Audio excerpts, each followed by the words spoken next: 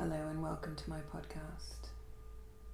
I begin every podcast with a bowl so that we can connect, find our center, and receive the insight from the podcast.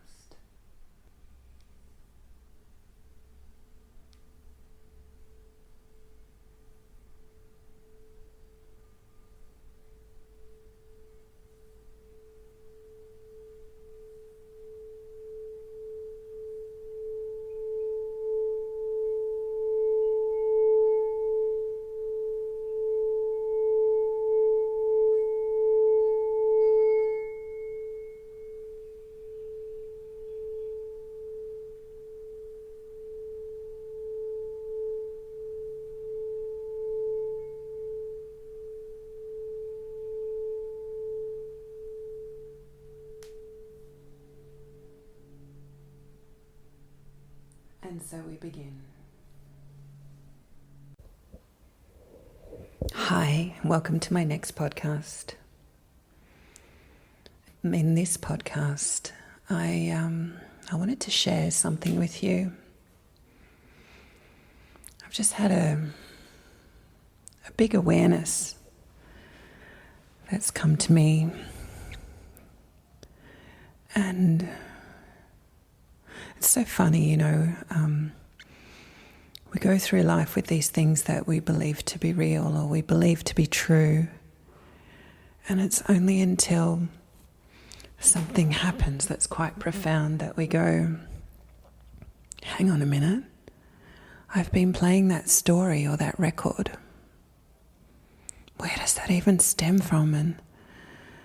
And do I even believe that? And even though in my mind I don't believe it, it's still like my mind and my reactions are tainted by this belief, which makes me realize that this belief has happened when I was very, very young, under the age of 6, and I've been racking my brain trying to go back to the memories of when I was a child to try and pull it apart to really get to the core of what it is, because I really don't want to live with it anymore. So this realization that's come to the surface is that I felt like, well, it first actually came to me in sessions with clients when they were wearing rings. And I used to say to them, take off your rings, they're on your throat chakra, because rings carry energy and they're blocking your throat. So I had this belief, this really, really strong belief that a wedding ring or a ring carried the energy of something with bad intention, that it was full of bad intention, that it was tainted with patriarchy or rules or something. And I never quite understood it, but I just went along with it because I believed it to be true. And it was really quite profound, the people who had their emotional release sessions when we actually took the rings off their fingers, because they were free. They were able to feel themselves, and then they could then choose whether they wanted to put the conductor of energy or the ring back on their finger, and they could understand what that meant. So I never really thought any further of it until recently, in the last week or so, since I've been doing a podcast and I've created these Body, Emotion, Mind collective talks with Joanne and Jillian, that I realized, and even on my Facebook page, that I have the assumption that people are not going to like me first, or they're going to judge me first, or that everyone who's a friend on my Facebook is there to judge me, or that the whole world is there to judge me. And I've observed in my relationship, especially with my intimate relationship with Tommy, how much I get defensive and how much I feel that he's judging me all the time. And sometimes that can be true, but then I realize too that it's his accent and English is his second language, and that I've misinterpreted what he's been saying, and I've had to really, after I've had my reaction to him and I've seen how hurt he is, I've been able to go, oh my gosh, it's actually coming from the heart. It's coming from a very different place than what I thought it was. So then I realized that I'm actually carrying this frequency in my lens and in how I receive things. And so it took me back to, I think I was about 6 years old. And I used to sit in class in kindergarten and I was terrified to put my hand up. And I'd be busting to go to the toilet and I'd still be terrified to even ask if I could leave. I just didn't want to interrupt the teacher or draw attention to myself. And so I'd wet my pants, and then after everybody got up, I'd still be sitting on the floor. And then the teacher would come up to me and I'd say, I wet my pants, and I'd have to go up to the room opposite the front desk. And I remember the room, the lady in the room used to give me clean underwear. And I remember it. It seems like a poignant time for me. So I've been playing a lot with this, like even when I teach, it's like when I show up, it's like this energy rises to the surface and creates anxiety in my body, raises my heartbeat.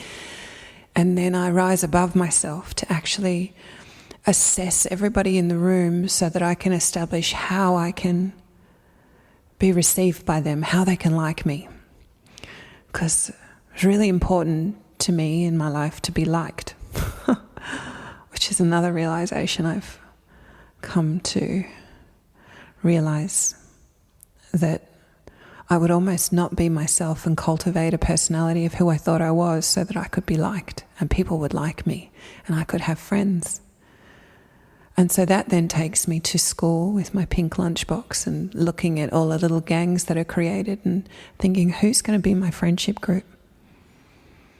Who's going to like me? Who do I connect with? And oh my gosh, I think I had this all the way through high school, primary school and high school, where I had little friends, but I don't think I really felt accepted or connected. Maybe I didn't really accept myself. Maybe I'm still discovering myself. And I think we always are. I think it doesn't stop. I think as we evolve and grow, we're continually discovering ourselves and we're unwrapping and exposing more of who we are. And yeah. So I've been doing Facebook Lives and I've been writing because I realized that this belief that I had was a noose around my neck and made me so frightened to actually put something from my inside out there into the world, because I wasn't sure how that would be accepted or received, and I didn't know whether my heart could handle the criticism. And yet, before I had even started it, I had already criticized myself, which actually blocked my creative flow. And as I was walking today and looking out through my eyes at people, I actually don't judge people. I see through them. I see who they truly are. And I really love people. And in my courses, I really get to the core of who somebody is and accept them for everything that they offer. And so if I reverse that and send that back to myself, then surely people are kind and compassionate and caring and accept a person for who they are. And as I open my eyes to this awareness, I'm starting to see more and more people who are there, who've always been there, who've always loved me for just as I am. And it means that I can rest. I can sit. I don't have to be anybody else. I don't have to create anything other than me. I can be human, which is all I ever want for anybody, is for us to be human and to realize that we're not perfect and we make mistakes and we're all on our journey and we're all trying to figure it out. And so I guess that's where forgiveness comes in too, forgiveness for myself and forgiveness for others. And we can't just hang on to somebody's word, because we're still trying to learn the language. And yes, words are important, and yes, they hurt. But I think that's why we have forgiveness, because we got to look past it. So I'm learning, and I'm learning what it's like to let my authenticity come through, be seen, be received, perhaps be understood, perhaps not be understood. That's okay. But sometimes I feel quite fragile, and yet sometimes I'm so super strong. Yeah. So I still don't know where this comes from, but I do know that by talking about it, it makes it better. And it's brought it to my awareness and my forefront. So now I can change my perception and be kinder to the people that I love, and start to let some of my unique gifts and wisdom come to the surface so that people can connect with me more, rather than me coming into your space to connect with you because you've opened up to me. I can now open up myself so that you know me a little bit better. Until the next podcast. Bye for now.